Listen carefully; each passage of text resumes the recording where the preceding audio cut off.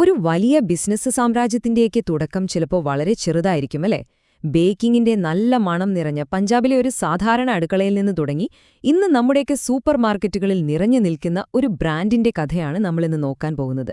ഇത് മിസസ് ബെക്ടേഴ്സ് ഫുഡിന്റെ കഥയാണ്.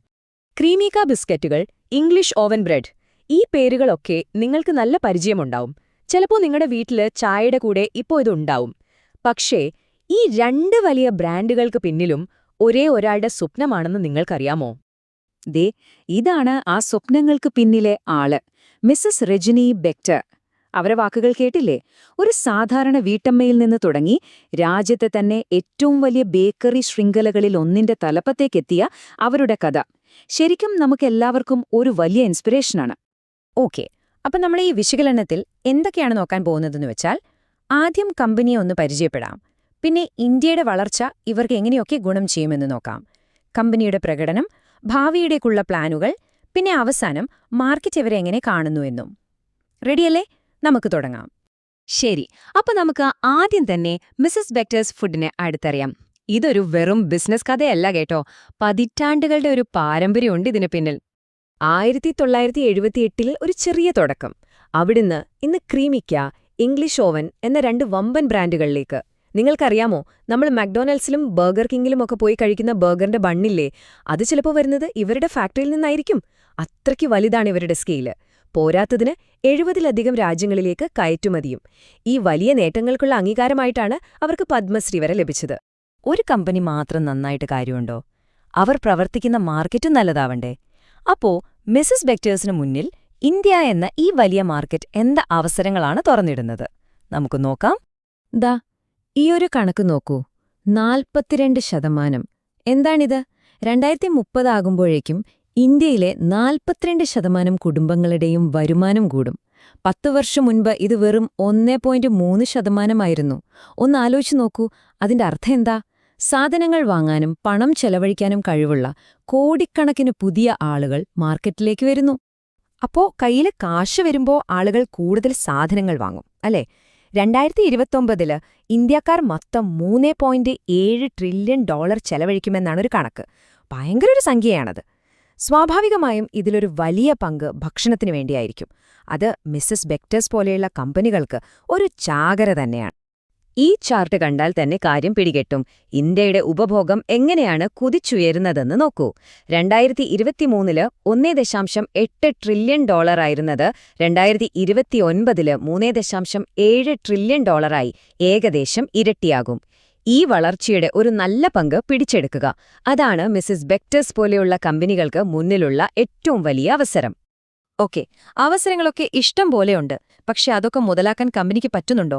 അവരുടെ ഇപ്പോഴത്തെ പെർഫോമൻസ് എങ്ങനെയാണെന്ന് നമുക്കൊന്ന് നോക്കാം. കമ്പനിയുടെ വരുമാനം 7.6% കൂടി 473 കോടിയായി. ഒറ്റനോട്ടത്തിൽ ഇത് നല്ല വാർത്തയാണ്. പക്ഷേ ഈ കണക്കുകൾക്ക് പിന്നിൽ വേറൊരു രസകരമായൊരു കാര്യമുണ്ട്. ഈ വളർച്ച ശരിക്കും എവിടെ നിന്നാണ് വരുന്നത്? ഇതാണ് കഥ. കമ്പനിക്ക് 2 പ്രധാന ഭാഗങ്ങളാണല്ലോ ഉള്ളത്, ബിസ്ക്കറ്റും ബേക്കറിയും.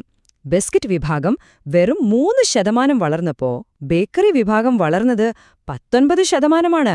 ഒരു റോക്കറ്റ് പോലെയാണ് ആ സെഗ്മെന്റ് കുതിക്കുന്നത്.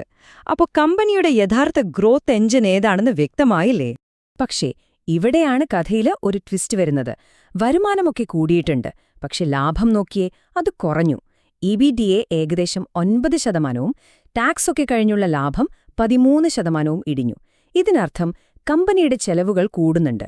അതായത് വരുന്ന വരുമാനം ലാഭമാക്കി മാറ്റുക എന്നത് കമ്പനി നേരിടുന്ന ഒരു പ്രധാനപ്പെട്ട വെല്ലുവിളിയാണ്. ശരി, അപ്പോ ഈ വെല്ലുവിളികളെയൊക്കെ നേരിടാനും ഈ വളർച്ച മുന്നോട്ട് കൊണ്ടുപോകാനും മിസസ് ബെക്ടേഴ്സിന്റെ പ്ലാൻ എന്താണ്? ഭാവിയിലേക്ക് അവരെ എന്തൊക്കെയാണ് ഒരുക്കി വെച്ചിരിക്കുന്നത് എന്ന് നോക്കാം. അവരുടെ സ്ട്രാറ്റജിക്ക് പ്രധാനമായും 4 ഭാഗങ്ങളുണ്ട്. 1. പുതിയ പ്രോഡക്റ്റുകൾ ഇറക്കുക, പ്രത്യേകിച്ച് മില്ലറ്റുകൾ പോലുള്ള ഹെൽത്തി ഓപ്ഷനുകൾ, കാരണം അതാണ് ഇപ്പോഴത്തെ ട്രെൻഡ്. 2. ക്വാളിറ്റിയിൽ ഓരോ വിട്ടുവീഴ്ചയുമില്ല, മാക്ഡൊണാൾഡ്സിനൊക്കെ സപ്ലൈ ചെയ്യണമെങ്കിൽ അത് വേണമല്ലോ. 3. കൂടുതൽ സ്ഥലങ്ങളിലേക്ക് ബിസിനസ് വ്യാപിപ്പിക്കുക, പ്രത്യേകിച്ച് സൗത്ത് ഇന്ത്യയിലേക്ക്. 4. ടെക്നോളജി ഉപയോഗിച്ച് കാര്യങ്ങൾ കൂടുതൽ എളുപ്പത്തിലും വേഗത്തിലും ആക്കുക. അവരുടെ ആ പുതിയ ഹെൽത്തി പ്രോഡക്റ്റ് സ്ട്രാറ്റജിയുടെ ഒരു ഉദാഹരണമാണ് ഈ ബേക്ക് ഫിറ്റ് മില്ലറ്റ്സ് കുക്കീസ്. ആളുകളെ താൽപ്പര്യങ്ങൾ മാറുന്നതനുസരിച്ച് അവരും മാറാൻ തയ്യാറാണെന്നുള്ളതിന്റെ ഒരു നല്ല തെളിവാണിത്. ഇതൊക്കെ കമ്പനിയുടെ ഭാഗം. പക്ഷേ അവസാനം ഇതൊക്കെ വിലയിരുത്തുന്നത് മാർക്കറ്റും നിക്ഷേപകരുമാണല്ലോ. അപ്പോ അവരൊക്കെ മിസ്സിസ് ബെക്ടേഴ്സിനെ എങ്ങനെയാണ് കാണുന്നത്? കമ്പനിയുടെ ഓഹരികൾ ആരുടെയൊക്കെ കയ്യിലാണെന്ന് നോക്കിയാൽ ഒരു കാര്യം വ്യക്തമാകും. ഏകദേശം പകുതിയോളം, അതായത് 49% സ്ഥാപകരുടെ കയ്യിൽ തന്നെയാണ്. ഇത് കമ്പനിയുടെ ഭാവിയിൽ അവർക്ക് നല്ല ആത്മവിശ്വാസമുണ്ടെന്നതിന്റെ സൂചനയാണ്. അതോടൊപ്പം തന്നെ മ്യൂച്വൽ ഫണ്ടുകളും വിദേശ നിക്ഷേപകരുമൊക്കെ നല്ലൊരു ശതമാനം ഹോൾഡ് ചെയ്യുന്നുണ്ട്. അതും ഒരു പോസിറ്റീവ് സിഗ്നലാണ്. കമ്പനിയെ വിലയിരുത്താൻ ഉപയോഗിക്കുന്ന ഒരളവാണ് PE റേഷ്യോ. മിസ്സിസ് ബെക്ടേഴ്സിന്റേത് 55.1. സിമ്പിളായി പറഞ്ഞാൽ, കമ്പനി ₹1 ലാഭമുണ്ടാക്കുമ്പോൾ നിക്ഷേപകർ അതിന്റെ ഓഹരിക്ക് 55 രൂപ കൊടുക്കാൻ തയ്യാറാണ്. ഇത് വളരെ ഉയർന്നൊരു സംഖ്യയാണ്. ഇതിനർത്ഥം ഈ കമ്പനി ഭാവിയിൽ വലിയ വളർച്ച നേടുമെന്ന് മാർക്കറ്റ് പ്രതീക്ഷിക്കുന്നുണ്ട്. പക്ഷേ എത്ര വലിയ പ്രതീക്ഷകളുണ്ടെങ്കിലും സ്റ്റോക്ക് മാർക്കറ്റ് എപ്പോഴും കയറ്റവും ഇറക്കവുമുള്ള ഒരിടമാണ്. കഴിഞ്ഞ ഒരു വർഷം നോക്കിയാൽ സ്റ്റോക്കിന്റെ വില 355 രൂപ വരെ പോയിട്ടുണ്ട്. അതേസമയം 224 രൂപ വരെ താഴോട്ടും വന്നിട്ടുണ്ട്. അപ്പോ ആ ഒരു അനിശ്ചിതത്വം എപ്പോഴും വിപണിയിലുണ്ട്. അപ്പോ ചുരുക്കി പറഞ്ഞാൽ, പഞ്ചാബിലെ ഒരു ചെറിയ അടുക്കളയിൽ തുടങ്ങിയ യാത്ര, വളർന്നുവരുന്ന ഒരു വലിയ ഇന്ത്യൻ മാർക്കറ്റ്, ശക്തമായ ഒരു ബേക്കറി ബിസിനസ്, വ്യക്തമായ ഭാവി പദ്ധതികൾ, വിജയത്തിനുള്ള ചേരുവകളെല്ലാം കയ്യിലുണ്ട്. പക്ഷേ ഈ ലാഭത്തിന്റെ പ്രശ്നങ്ങൾ പരിഹരിച്ച് ദീർഘകാലത്തേക്കുള്ള ആ വിജയത്തിന്റെ റെസിപ്പി തയ്യാറാക്കാൻ അവർക്ക് കഴിയുമോ? എന്താണ് നിങ്ങൾക്ക് തോന്നുന്നത്?